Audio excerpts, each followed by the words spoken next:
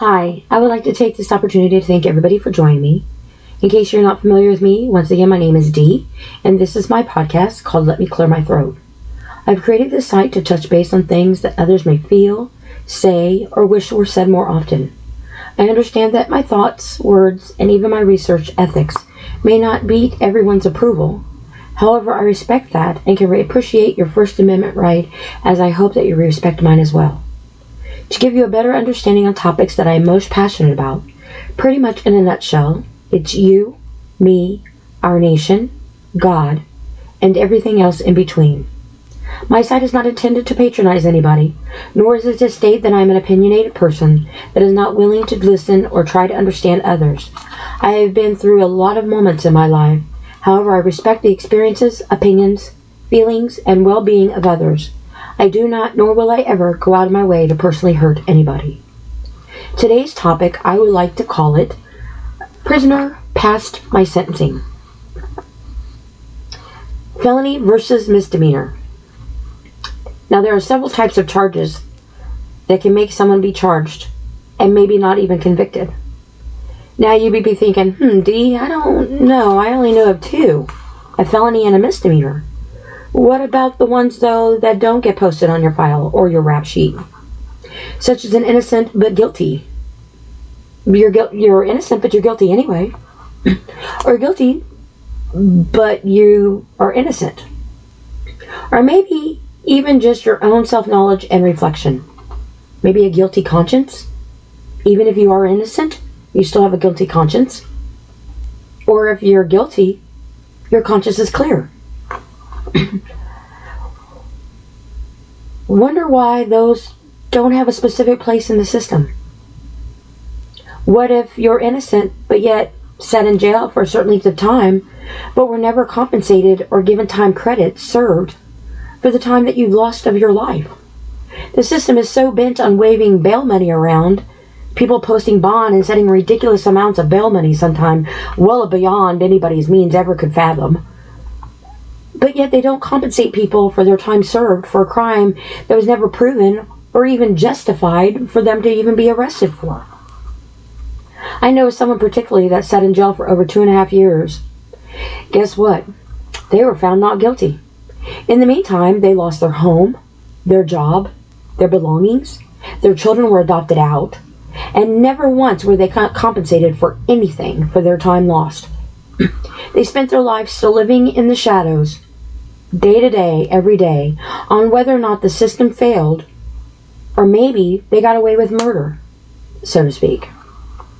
A misdemeanor is less serious than a felony. However, the repercussions sometimes are harder than a felony, if you will. It can have a variable jail time of less than a year with little to no probation or rehabilitation. Yet a felony can cause a person to be incarcerated for over a year and sometimes a lifetime behind bars. But even though they are only given, say, a year or a year and a half, they are sentenced, though, for the rest of their lives, even when their official sentencing term is completed. I would think that would be considered a double jeopardy, honestly. Getting a life sentence after you're so-called free and rehabilitated, but yet your official release date and time served ended already, maybe even years ago.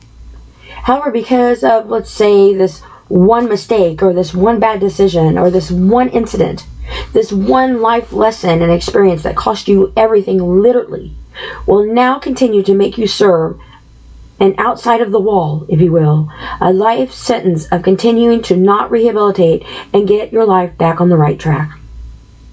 What's the point of rehabilitating someone, if you are not going to allow them to even exercise what should be rightfully theirs now to enjoy? Their freedom, their time officially served and completed and released. Maybe even later, those felony charges were dropped down to a misdemeanor a few years down the road. How can they have a fresh start when there are continued roadblocks in their way by the very people that told them they were now free and released and their time is now served? Go have a new fresh start. Yet they neglect to add or neglect to tell them that it will be almost impossible to get a higher education, a decent place to live, your license, a passport to travel, a gun permit to exercise your Second Amendment right, serve your country, get some assistance, or even get a decent job. And by the way, you will always be marked in our system and society that, hey man, enjoy your freedom.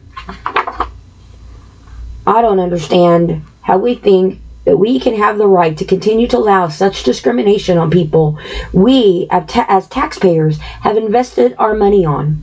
How can they turn their lives around when everywhere they look, someone has their finger pointing them right back out on the very streets that they are literally trying to save their lives from? How can they be a part of any functional life whatsoever in a positive way and role when all of the rehabilitation gates are opened, and yet they're basically kicked out on their butts with nothing but the traumatic events now they wear literally sometimes on their shirt sleeves? I understand that there are different levels and different depths of charges. Some are very disturbing and heartbreaking to hear about, live through, or even imagine. I know all too well how the shadow of a life can linger in a person's mind and well-being. Having to sit through a trial of my grandson tore me into so many layers of a person I didn't even recognize. I spent my life serving a sentence under the shadow of another person's crime and punishment that I wasn't even ever a part of, but yet because of it, my whole life was taken from me. And I continue to live in the eyes of others around me that I have a hard time even seeing me now the way that I am, or can hardly even bear to understand who I am, because they have their own pain and suffering that they're trying to understand to even be able to even begin to know how far I have overcome the obstacles in my life that I have endured. I too lost my home. I owned my home for 14 years. My belongings that I've had my whole life, some from my childhood, my kids' childhood, my kids' first outfits and blankets and things that they bought me and things they made in kindergarten or daycare. I lost my job, my family, some of my friends, my sanity, of course, my mentality. But sometimes I think mentality and sanity are not always the same. I couldn't even utilize my 3 degrees with a 4.0 and 3 honors, one being with the Golden Key International Society. I was homeless for 2.5 years living in my van. I have a lifetime gun permit, but I try to remember its purpose and position in my life instead of getting so dark into the abyss of depression and using it to take my life. I've literally made myself sleep once for over 5 days so I wouldn't do something I knew I really didn't want to do, and was continuously fighting myself inside my own emotions in order to service the silence of the piercing cries that only maybe one other person in my life could not even hear, but saw and witnessed. And there was the one person that actually kept me stronger than what I was in order for me to keep breathing. My 13-year-old daughter. Now, she wasn't the daughter of my grandson that passed away. No, instead she was the daughter that was left behind by everybody else in order to pick up the pieces of her own life and her mother's. Who also continues now to this day to pay for all those emotions that she, of all people, never deserved to bear and carry and mourn. Maybe this may sound crazy to some. Maybe some may not even understand. But I am so tired of defending myself and serving a life sentence on something that I will never be free from. The loss of my grandson. And then to add it, he passed away on my birthday. So yeah, maybe I never committed a crime. Maybe I've never been arrested. Maybe I've never even served behind bars. But yet I'm a prisoner of my own mind, my own self-worth. I'm always trying to need to defend myself with others, listening to people constantly talk about me and everything behind my back. Listen to people judge me on things that they don't know or understand or assume, and accuse me of things that I didn't, never even do, or even have a part of, or even knew about. And all the while continue to try to remember that I am not a criminal. I'm actually a victim. and a mourning grandmother. While this is a totally different scenario in many ways to me, I might as well have been formally sentenced and convicted. I'm innocent, but yet guilty of a crime that I'm a victim of for the rest of my birthdays in my life. My daughter continues to fight to recognize her mother that she continues to love. And she still stands there and tries to breathe her own breath. And she has been beside me more than I ever have been. As a mother, I wasn't able to give her the level she deserved during this tragic time in my life. But now that she has grown, she serves her own sentence in a world that took her life away too. Now, I am not trying to take away from those that sit behind a jail cell in a small room, listening to a CEO on a power trip, or listening to another person go through withdrawals, or maybe someone a cell over crying because nobody writes them or visits them, while maybe another person on the other side of the cell block is smiling from ear to ear because he's so happy that he got a letter in the mail from somebody that may not have been able to afford to put money on their books, or not able to be able to accept a phone call, or ever sent them pictures or wrote them, or bought them extra stuff, or ever had the opportunity to listen to the famous, "You have 1 minute remaining." Yet here you are, taking for granted maybe the one and only person who has done all the above for you and even more. Like checking on your kids, spending time with your kids, letting your kids write you, letting your kids talk to you on the phone, maybe even letting your kids see you in an orange or tan jumpsuit behind a glass or at a table, and then listening to that exact same kid cry all the way home as they had to leave you. All the while you're fighting back your own tears as well. So who's serving time here? They have a saying on the outside, it's called jail talk. Some call it bullshitting others to get what you want and you need, then forget about them when you have your so-called freedom. Or maybe you have several that you are balancing while you're in there, so you can be greedy on their hospitality and their love for you. I have literally balanced several friends and loved ones while they were incarcerated at once. Putting money on their books, accepting phone calls, putting money on their phone so they could call other people, visiting, paying for unlimited video visits, and making time for those visits, sending them pictures, writing them letters, ordering them things, maybe ordering something off the grill, maybe ordering them shoes, maybe ordering them long sleeve shirts, or maybe just getting them some ramen noodles, checking into something for them, maybe checking on their case, maybe checking on their family, maybe checking on some bullshit, or checking on something for their cellmate, gas driving hours away just to be told that the visit was canceled, or maybe you only get a 30-minute visit, being promised this or that, all to find that in the end you get abandoned, you get left behind after the bars open up and you are now able to give them a real hug. You know, the kind you don't have to let go of. Yet, nope. Instead, jail talk. Who is the highest bidder while you were locked up? Is that who you're going to go home to justify what? What kind of criminal you really are? Or what type of rehabilitated human being you are so desperately deserving to try to be now that you have a chance to be? Is it like Eminem's song, "You only get one chance on an opportunity"? Would you take it? What if that is never an option? How can you take the opportunity to advance, but dismiss someone out of your life in the time of theirs when you finally are able to come home? When they are finally actually the only ones that believed in you when you couldn't even believe in your own self, and didn't abandon or neglect anything that you treasured, and forgave you when you can't even forgive yourself. And every single time have 1 minute remaining, 1 minute remaining moment that could get you through your darkest point in your life, behind a wall with a teeny tiny window that let in just enough light to you hopefully to get a sneak peek at what you were missing out on the other side. Maybe your cell was just in the right spot to maybe see the moon shining at night and the sun shining during the day.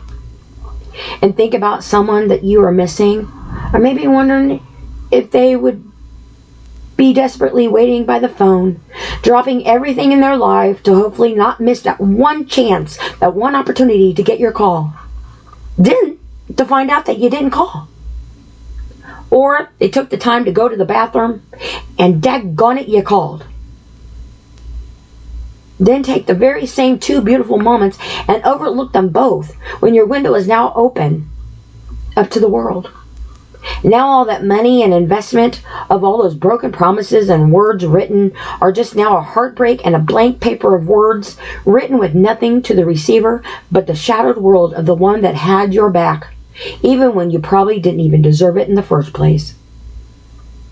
Now listening in the silence of your absence, how you want to play victim and say nobody was ever there for you. Heaven forbid if you ever had several family members, though, in jail, or friends to visit, because you're only allowed one at a time, so you had to pick and choose who was the most important. Was it your kid, your spouse, your parents, your pen pal? Maybe you have a pen pal, and that pen pal means something to you, and you mean more to that pen pal because maybe you're the only person that pen pal has, and they don't even know you, because nobody else is there for them at all, and they are totally 100% alone, sitting in that jail cell in their thoughts. Now, rehabilitation, that's a big word to mean two different things. Now, according to Bing.com, it is defined as the following: the action of restoring someone to health or normal life through training and therapy after imprisonment, addiction, or illness. The action of restoring someone to former privileges or reputation after a period of disfavor. The action of restoring something that has been damaged to its former condition. Huh. Yeah.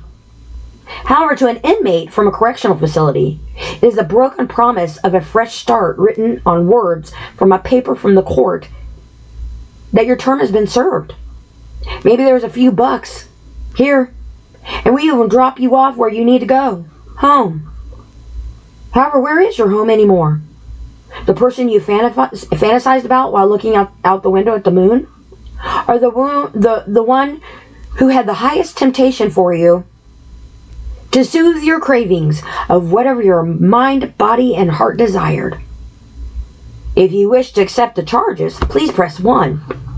To refuse the charges, simply hang up. To prevent other calls from this facility, yeah, what now? Are you actually coming home? Or are you coming for me, bro? Okay, let's spin this in another direction. Okay? Let's give credit where credit is due now. Now let's talk programs, opportunity, dedicated loyalty, and remorse. I have a friend that I spoke up to not too long ago. Her name's Jennifer. Known Jennifer for a while. Love her dearly. Love you, Jennifer. Jennifer contacted me to express some ideals and thoughts that she is most passionate about. Her and I had a huge 99% similarity at that moment. And one of which was finding a way to offer programs and rehabilitation to men, I say men, released from prison or jail. And I say men because there are less opportunities and more responsibilities, if you will, on the men. Believe it or not, there are. Sorry, women, I'm not downgrading you one bit, and I applaud you for all that you do and overcome, but men do have a lot of obstacles merely just because of who they are. I say prison and jail because there's a huge difference between the two. Huge difference. They are nothing of the same. Nothing of the same. Now, Jennifer has a background that is something to be very proud of. And I applaud her for all that she does and all that I believe is very perfect for what she has to offer this world. And I am very, very blessed to have her in my life and look forward to opening many opportunities to come in the future. Where there are places, though, some, not all felons can actually go there to better themselves. I say some because I know of several who have been denied access to such levels of rehabilitation. because merely of the level of their crime committed and charged. Isn't that supposed to be the point and the level of the whole rehabilitation, sorry, that's a hard word, rehabilitation process in the first place? I know there are certain safety issues to consider, but yet why can't those safety measures already be in place? I mean, after all, once a criminal, always a criminal, right? They were in a tiny cell anyway, tucked away and maybe cried suicide or even attempted it, to be more isolate and a solitary confinement. Because, hey, let's be in more of our minds alone and secluded and work it out ourselves. Or maybe they went into solitary confinement in order to be alone, so they could be in their thoughts, because everybody else's thoughts were overtaking their own, that they couldn't even think for themselves, or couldn't even hear themselves think.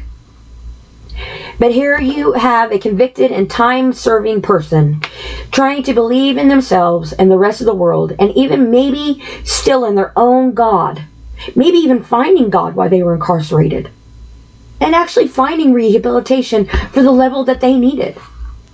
So what facility or type of rehabilitation program or programs are suitable? How much farther from their loved ones will they need to be transported or transferred to? How long is the wait list? Is there a time cut? Will they actually give you your time cut? Or because you have literally so much time on your hands, per se, that you can handle your own case now and remind the courts that they owe you your time served, even if in the end you still will always be a prisoner, even after you're even released. So what now? There are more criminals in the world that have gotten off scot-free, if you will, and live bougie lives to the world and no mental stability in their minds. They pass money around in exchange for this and that. They may even sell drugs, guns, and maybe even people as a source of employment. Hell, maybe it's even your own family member, your friend, but maybe you only see them as a restaurant owner, as my oldest daughter used to call it, a ranchant. Or maybe they are a beautician or a barber, or maybe they're even just your local tattoo artist. You know, why they live this life sometimes is beyond their means. But it's also because this is their freedom. This is their survival. This is what they are confident and maybe even good at. Sadly, but true. Maybe this is their only higher educational level. Are they wrong? Are they wrong to be at this level? If you answered yes, or thought about that in your mind, or even said it out loud, then maybe you can understand the importance, really, how a second chance and opportunities can actually help if they're real. That might just end up being their once and an only lifetime sentence. Beyond and past the sentencing of the prison, that they may even have built up themselves, their own empire, to protect them from others finding them, or even protecting themselves from being found by others, and needed to be protected from their own selves, but have no way out. It's a fine line, however, if you squint your eyes, really. I have several people I know of that are in a hard way in life. Some are even homeless, or have been homeless, living in bathrooms at gas stations, letting them stay in there because it's pouring rain, so they stayed in at the gas station and locked the bathroom door to sleep, to have a place to lay their head, or staying in abandoned homes and one keeping watch, fighting off the wildlife in there and the wild people. Some have been prisoners, and some that are even waiting to see if they ever would get caught, because they might have an outstanding warrant. Or maybe they just got away with something and hope nobody saw. However, they are all have one thing in common. One thing in common. Opportunity. Will it be the same? It depends.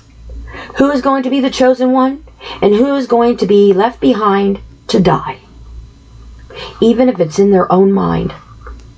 What options of opportunity do they have? Let's be like Dora and explore. Do we have a map, or can we just swipe our way through the system? Does one make license plates or hide behind one? Do you serve a badge or has a badge served you? Maybe all of the above. There are fine lines everywhere. Some are so thin that eventually become a part of a trench or a ravine or even a slippery slope. What line are you willing to cross and who for? Would you wear a badge but be the first one to remove it to protect your family and friends or do what is right? Or would you suit up and add more armor to protect someone that you don't even know and probably will never even see again in your life, unless maybe they're a repeat offender or a family member or a friend that you have to take down instead of taking presents to them at the holidays? I hear so many horror stories from so many people that are on both sides of this line that it ended up being an invisible wall between what their morals were and what society's morals found it as center point to shove in their face. The in-between. It can be a beautiful and lonely, mindful and mindless place to find yourself. All this and more, if you act now, you can even receive a chance at freedom for a price higher than your pay grade will ever be. Or you will pay this price for more than what you ever deserve to. I am hopeful that this world of make-believe that will eventually find something real to believe in, even if it is in our own world. Because if you can't believe in that, then how can anybody else supposed to believe in it? Or believe in you? Your life is a slippery slope. And you are in need of a different journey, quick, fast, and in a hurry. Easy peasy lemon squeezy, right? Let's make a quick buck and hope that the buck was worth all the money that you needed and you can eat off of it. If not, you just might not be eating anyway because the buck stopped there. I applaud all that continue to find new promising and lit paths. Let me tell you, I do honestly applaud you. Along your journey of your life and all the beauty that you try so hard and desperately to salvage. That is something to be very proud of. And don't ever let anybody tell you different. Even if nobody ever tells you again or you never hear it from anybody else, I am here to tell you I am very proud of you. I may or may not even know you. I don't even know who hears these podcasts or reads them. But I do know one thing. If you are reading or listening to this podcast, you did one of the hardest things you've ever had to do in your life sometimes. And that was to take a breath and start again. Every day isn't a new beginning. Every breath is a fresh start to try to have a new beginning. Life isn't made of the kind of breaths you breathe, or even the breaths that take your breath away. They are made sometimes of just doing that simple motion and doing it on your own. Some don't even have that level of that kind of freedom. And a machine does it for them. I hope that wherever your journey in your life takes you, that you do remember that you are not required to take all of your baggage with you to go on your trip of your new journey, your new destination, your new adventure in life. It's okay to pack lightly. And it's okay, honestly, just to wing it along the way. Maybe you'll find something or someone along the way to carry with you or walk beside that is more valuable and priceless than ever before. But one thing I do hope you do remember that if you need to be overtaking your life with an electronic device, please do so at the time of a moment that you can't get back.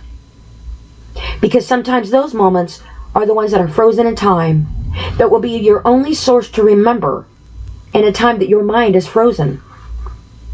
Don't forget yourself, because regardless of your past, you still have an opportunity to go where everybody doesn't even know your name.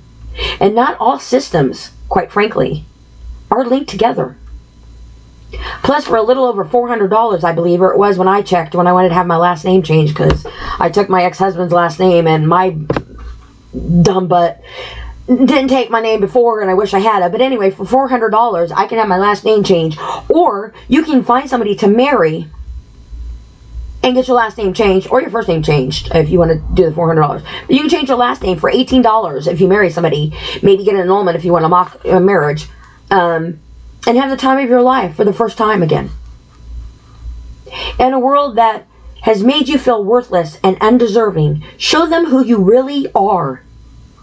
A valuable and a person that is worth having a life you deserve. I always say, if ifs were fists, we'd all be drunk. However, I did see a saying on the internet. I believe it was Facebook, but I'm not sure. Because, if it's on Facebook, it's true, But this, I would say, it probably was on Facebook, because I believe this is true. And it said, if God can forgive us, why can't everybody else? Now, I know in my last podcast, I read you a couple poems. And I would like to read a poem to you that I wrote to someone that was incarcerated. And I changed the ending on here to respect the person's last name. Because in the original one, I did include their last name. And they are and always will be someone that pulls on my heartstrings. Love them. I do. I would like to now share it with you. And I would say if you don't mind, but I guess if you don't mind, I wouldn't know. That would be a matter of turning off the podcast or silencing me. But anyway, for argument's sake, we're going to say you don't mind. So here goes. There you are, lying all alone, with nothing but the comfort of letters from home. You may ask yourself, how did your life end up this way? Because you are not all the bad things that other people say. You lie silently in the dark, with the pains of daggers piercing your heart. In the silence you cry inside your mind, and even on occasion, tears down your face you find. Confused, scared, and alone, all while anticipating a day of finally coming home. But to where? Where do you go? Search deep within, for you already know. The warmth and love you have been blessed with now is impatiently waiting your name and making that vow. She is the one that has always had your back, even on the days in the relationship you slack. You never have to look far for what you already found. The best damn woman, 100% down. Don't curse it or bid it adieu. Instead, embrace it. Happiness has finally found you. Take her hand and be together as one. Today, tomorrow, forever, husband and wife. Or are we really done? If you are in need of rehabilitation of any form, please know that there are resources out there. Some may be limited, some may not even be what you need. However, it doesn't mean that it isn't what you can't become. A rehabilitating resource of your own. Take what you know, what you struggle with finding, and what you never thought possible. Make it into something that could very well be the freedom of what you need, and maybe even what your cellmate needed too. Don't be an entrepreneur, but instead be an entrepreneur, and give the chance of a lifetime to what matters most. Not being a prisoner past your sentencing time. The gates are now open. Look at that sky. Give thanks. Soak up that sun and start the ride of your lifetime. Ride life like the bitch she is. Strap on because it is going to be a very bumpy ride. But remember, you are now somewhere you weren't before. Listening to a CO on a power trip. Eating a sack lunch in the in-between, the crossover of jail and prison. You are your own version, finally free. It's up to you on if you let it keep defining you, or if you finally give yourself your own self-definition. I would like to thank everybody who has taken their freedom and their time and dedicated a portion of it to listening to me.